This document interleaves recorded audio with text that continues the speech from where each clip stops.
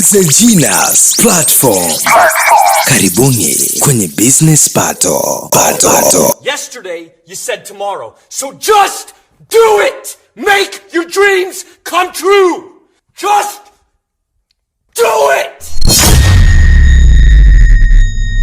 Yes, leo kuna Business Battle tuko na issue ya Diamond Platinum. Diamond Platinum ameweza kufanikiwa kwenye biashara yake ya muziki, kuna engo ambazo watu wengine wengi wameshindwa kufanikiwa. Kitu cha kwanza ambacho Diamond ameweza kufanikiwa kwenye biashara yake ya muziki ni kuweza kuiaminisha familia yake kwenye kile kitu anachokifanya. Unajua kwa Afrika imekuwa ngumu sana kwa baadhi ya watu kushirikiana kama wanavyofanya Diamond pamoja na familia yake. Ukiangalia kama hii show ambayo ameenda kupiga London, kuna msafara wake, kuna ndugu zake wengi pamoja na wajomba zake pia wako humo ndani. Kwa hiyo ni wazi kwamba anafanya biashara ya muziki kama wanavyofanya Waarabu kwenye biashara zao za maduka. Yani inakuwa ni rahisi hata baadaye kama atataka kurisisha biashara yake hiyo kwa baadhi ya watu, labda wawe manager au wawe wasimamizi wa baadhi ya vitu vyake. Kwa hiyo wanakuwa wanajua kwamba mjomba wao anapita njia gani au ndugu yao anapita njia gani. Kwa hiyo inakuwa ni rahisi sana. Kwa hiyo ni moja ya kitu ambacho Diamond Platinum ameweza kufanikiwa kuweza kukiishi na kinampa matunda makubwa sana, kwa sababu anaweza akaposti mama yake, akaposti dada yake, akaposti kaka yake na ndugu zake wengine wote wanamsupport kwenye kile kitu ambacho anakifanya. Lakini na wao pia wameweza kunufaika na jina lake kwa sababu wameweza kufanya biashara mbalimbali, na tunaona page zao nyingine wakiwa wanafanya matangazo mbalimbali, kwa sababu hilo jina limeweza kuwapa umaarufu pia. Mpaka tunamuona Uncle Shamte pia ana posti matangazo na nini, watu wamemjua kupitia kwa kujiunga kwenye familia ya Diamond Platinum. Kwa hiyo hicho ni kitu ambacho Diamond ameweza kufanikiwa. Lakini pia kitu kingine cha pili ambacho Diamond yuko tofauti na watu wengine wengi, ameweza kuwa na jicho la kuona fursa.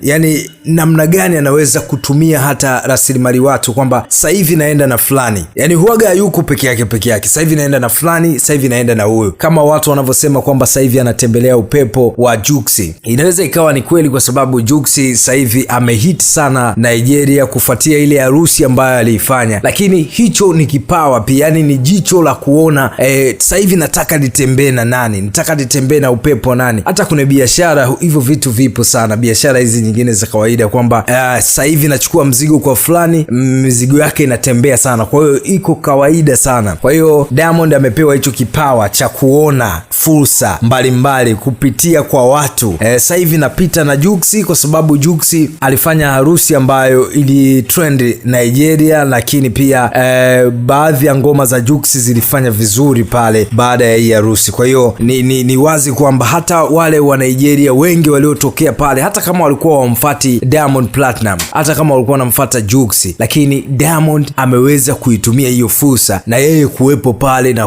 kuendeleza kuonesha kwamba anapambana na amefanya hiyo historia kuwa kubwa zaidi. Kwa hiyo jicho la fursa unatakiwa uwe nalo kwenye harakati zako. Sio kila mtu unatakiwa uambatane naye. Kuna mtu unatakiwa uwe naye ili na wewe uweze kupiga hatua. Hiyo inaitwa win-win situation. Kwa pale kama ni Juksi ndio alikuwa na huo upepo wa kuita wa Nigeria, lakini pia na Diamond ananufaika na Juksi ananufaika, yani inakuwa kila mmoja anapata. Lakini kitu kingine ambacho Diamond ameweza kufanikiwa kune game ya muziki wa Bongo Flava, mpaka leo tunaweza tukasema ndio mfalme wa Bongo Flava, ndio mtu ambaye amefungua vitu vingi sana, ndio mtu ambaye amefungua masoko, kuwa na deal nyingi, wasanii kulipwa vizuri. Yeye jamaa ndo nadhani amekuwa ni mtu wa kwanza kukipambania hili jambo, hata kama wengine waishapambania, lakini movement kwake ilijibu zaidi. Ameweza kuwa na uvumilivu wa hali ya juu na kuzibadilisha changamoto kwa fursa, kwa sababu inaonekana ni wazi kwamba ukishindana naye huyu jamaa ndio unazidi kumpa nguvu ya kupambana zaidi, kwa sababu kuna watu wameumbwa hivyo, yani anapokutana na vikwazo ndio anazidi kuwa na nguvu ya kupambana na vile vikwazo na kuonesha kwamba yeye ni bora kuliko vile watu wanavyofikiria. Kwa hiyo hivyo ni vitu vitatu ambavyo Diamond ameweza kufanikiwa